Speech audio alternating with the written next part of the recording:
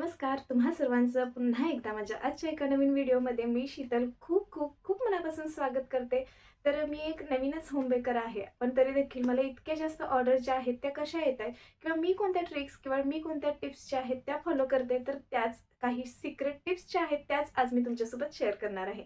त्यामुळे तुम्ही देखील जर होम बेकर आहात, खरं तर एक न्यू बेकर आहात, तर कुठल्या टिप्स तुम्ही नक्की फॉलो करायला पाहिजे, तर त्याच आज मी आजच्या या व्हिडिओमध्ये तुम्हाला सांगणार आहे. ज्यामुळे तुम्हाला जास्तीच्या ऑर्डर ज्या आहेत त्या नक्कीच येतील किंवा जर तुम्हाला अजिबात ऑर्डर येतच नसतील, तर एक थोड्याफार ऑर्डर ज्या आहेत त्या या ट्रिक्स फॉलो केल्यामुळे तुम्हाला नक्कीच येतील. चला तर मग या व्हिडिओला सुरुवात करूया. त्यासाठी इथे बघा, माझी सगळ्यात पहिली टिप मी तुम्हाला सांगेन की तुमचा जो काही बिझनेस आहे त्याला तुम्ही सोशलाइज करण्याचा प्रयत्न करा. कारण जोपर्यंत चार लोकांना समजणार नाही की तुम्ही हा बिझनेस करताय किंवा केकचा बिझनेस जरी करताय, तर त्यांना समजणार नाही की तुम्ही केक ऑर्डर्स घेताय किंवा नाही, या गोष्टी देखील असतात. एक छोटीशी पोस्ट तयार करा आणि ती तुम्ही व्हॉट्सअपला ॲज अ स्टेटस म्हणून ठेवू शकता किंवा तुम्ही बनवलेल्या केकचे फोटो जे आहेत ते देखील तुम्ही व्हॉट्सअप स्टेटसला ठेवू शकता. मी तर म्हणेन, मी शक्य तितकं म्हणजे जेवढ्या मला ऑर्डर्स आतापर्यंत येत आहेत त्या बऱ्यापैकी मला व्हॉट्सअप थ्रू येत आहेत. त्यामुळेच तुमचा स्वतःचा बिझनेस जो आहे तो शक्यतो सोशलाइज करण्याचा प्रयत्न करा. मी तर म्हणेन तुम्ही व्हॉट्सअपचा यूज करा, फेसबुकचा यूज करा किंवा इंस्टाग्रामला एखादं तुमचं बिझनेस पेज जे आहे ते तुम्ही काढू शकता. आता इतकं इंस्टाग्राम तर इतकं व्हायरल आहे की बऱ्याचशा ऑर्डर ज्या आहेत ते तुम्हाला इंस्टाग्रामवरून देखील मिळून जातील. तर हीच माझी पहिली टिप आहे.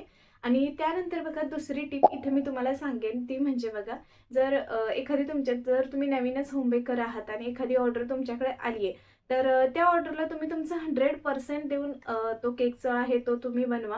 त्यामध्ये तुमची जास्तीची क्रिएटिव्हिटी, जर कस्टमरने तुम्हाला सांगितलं की तुमच्या अंदाजाने तुम्ही केक बनवू शकताय, तर त्यामध्ये तुम्ही तुमची स्वतःची काहीतरी क्रिएटिव्हिटी वापरा.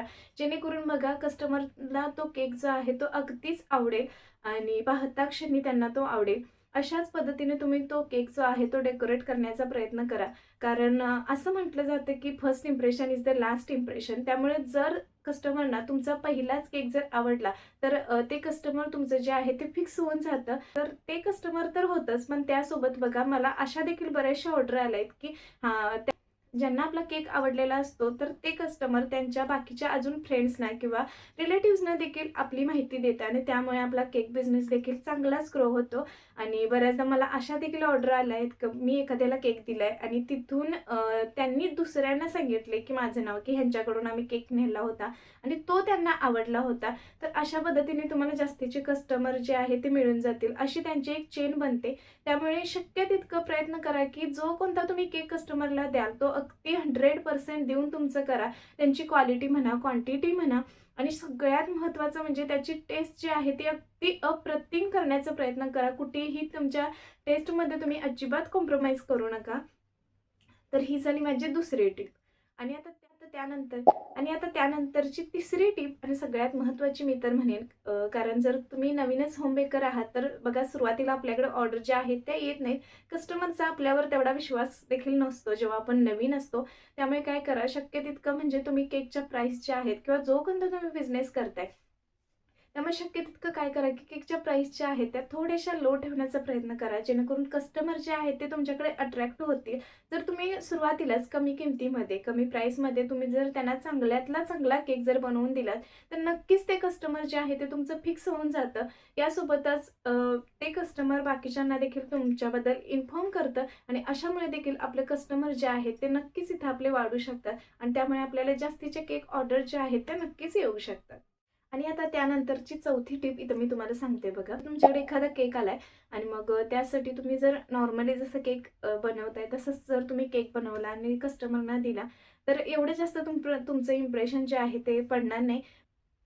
पण या उलट जर तुम्ही कस्टमरना बघा एक्स्ट्रा काहीतरी आहे या किमतीमध्येच थोडंसं त्यांना एक्स्ट्रा एखादी गोष्ट जर देण्याचा प्रयत्न केला, जसं की मॅजिक कॅन्डल्स वगैरे आहेत किंवा अजून काहीतरी डेकोरेटिव्ह आयटम जे आहेत ते आपल्याला आपल्या केकसोबत आपल्याला द्यायचे आहेत किंवा अजून एखादी तुम्ही कोणतीही एखादी ऑफर ठेवू शकता की समजा तुम्ही कस्टमरना तुम्ही अशा पद्धतीने सांगू शकता की जर तुम्ही आमच्याकडनं 4 केक घेतले, तर त्याच्यावरती 1 केक म्हणजे 4 अर्धा किलोचे 4 केक घेतले, तर त्यावरती 1 केक जो आहे तो तुम्हाला फ्री मिळेल.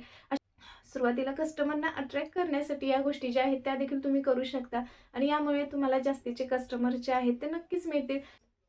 कारण आता बघा प्रत्येक ओकेजनला आपल्याकडे केक कापण्याची प्रथा आहे. एंगेजमेंट म्हणा, लग्न म्हणा, लहान मुलांचं बर्थडे तर नेहमीच असतात. आपला बर्थडे असतो घरामध्ये किंवा अॅनिव्हर्सरी वगैरे सगळ्या गोष्टींसाठी अ, म्हणाल तर केक कापण्याची आता प्रथा आहे. त्यामुळे जर तुम्ही अशी कोणती एखादी ऑफर ठेवली तर कस्टमर नक्कीच तुमच्याकडे जास्त येईल. तर आता त्यानंतर बघा सगळ्यात महत्त्वाची टिप आता मी इथं तुम्हाला देणार आहे. कारण बघा केक बिझनेस म्हणा किंवा कुठलाही बिझनेस म्हणा, तुम्ही जर बिझनेस करताय तर तुमच्या जिभेवरती साखर आणि डोक्यावरती बर्फ हा असायलाच हवा मी तर म्हणेन. आणि जेव्हा बघा तुम्ही केकच्या ऑर्डर्स घेताय आणि जेव्हा तुम्हाला कस्टमरचा कॉल येतोय, तेव्हा तुम्ही त्यांच्याशी व्यवस्थित अगदी प्रॉपर असं संभाषण जे आहे ते केलं पाहिजे आणि अगदी शांत डोकं ठेवून. कारण कस्टमर जसं आपल्याला क्वेश्चन विचारेल तसं आपल्याला त्या पद्धतीने त्यांना उत्तर द्यायचं असतं आणि अगदी शांतपणे आपल्याला त्यांच्याशी बोलायचं असतं. कारण तुम्ही जसं कस्टमरशी बोलाल आणि तसंच कस्टमरना तुमचं जे इम्प्रेशन जे आहे ते पडणार आहे. आणि जर बघा तुम्ही कस्टमरशी अगदी शांतपणे, प्रेमाने त्यांना जर समजावून सांगितलं, की तुम्हाला केक तुम्ही त्यांना कोणत्या पद्धतीने बनवून देऊ शकता किंवा कस्टमायझेशन या सगळ्या गोष्टी अगदी व्यवस्थित जर समजून सांगितल्या, तर ते कस्टमर देखील बघा तुमचं नक्कीच तिथं फिक्स होऊन जाईल. कारण नक्कीच तुमच्या जिभेवरती जर साखर असेल, तर नक्कीच तुम्ही जग जे आहे ते जिंकू शकता, असं मी तर म्हणेन. कारण बघा बऱ्याच जणांना असं आवडत नाही, बरेच जण बघा काय करतात, की हां, कुठलाही बिझनेस करतात आणि आणि ते जर समजा कस्टमरशी नीट बोलतच नसतील, तर तुमचा मला तर वाटतंय, की तुमचा बिझनेस कुठलाही तुम्ही बिझनेस करा, तो चांगला ग्रो होणारच नाही. त्यामुळे शक्य तितकं बघा कस्टमरशी कन्व्हर्सेशन करताना तुम्ही शक्य तितकं काळजीपूर्वक करा आणि जे काही तुम्ही बोलणार आहात ते अगदी विचारपूर्वक बोला. आणि हे देखील एक बघा खरंच खूपच महत्त्वाची टिप आहे, असं मी तर म्हणेन. चला तर मग या होत्या काही छोट्या-मोठ्या टिप्स ज्या मी नेहमीच फॉलो करते आणि या फॉलो केल्यानंतरच मला तर मी अनुभवावरूनच सांगते तुम्हाला, की या फॉलो केल्यानंतरच मला खरं तर कस्टमर जे आहेत ते येत आहेत. आणि बऱ्याचदा बघा आपल्या इकडच्या तिकडच्या ओळखीने देखील आपल्याला कस्टमर जे आहेत ते मिळत असतात. किंवा मी बऱ्याचदा माझ्या WhatsAppच्या स्टेटसला जसं मी माझ्या केकचं बिझनेसचा स्टेटस ठेवते, तसंच मी माझ्या मिस्टरांच्या, सासूबाईंच्या स्टेटसला देखील अशा पद्धतीने ठेवते. आणि त्यामुळे मला ऑर्डर ज्या आहेत त्या मिळतात. कारण बऱ्याच जणांना माहिती नसते आणि त्यामुळे देखील ऑर्डर ज्या आहेत त्या आपल्याला मिळतात. तर तर सगळ्यात महत्त्वाच्या ज्या काही गोष्टी आहेत, तर त्याच मी इथे तुम्हाला सांगितल्या. तर त्या देखील तुम्ही नक्कीच फॉलो करण्याचा प्रयत्न करा.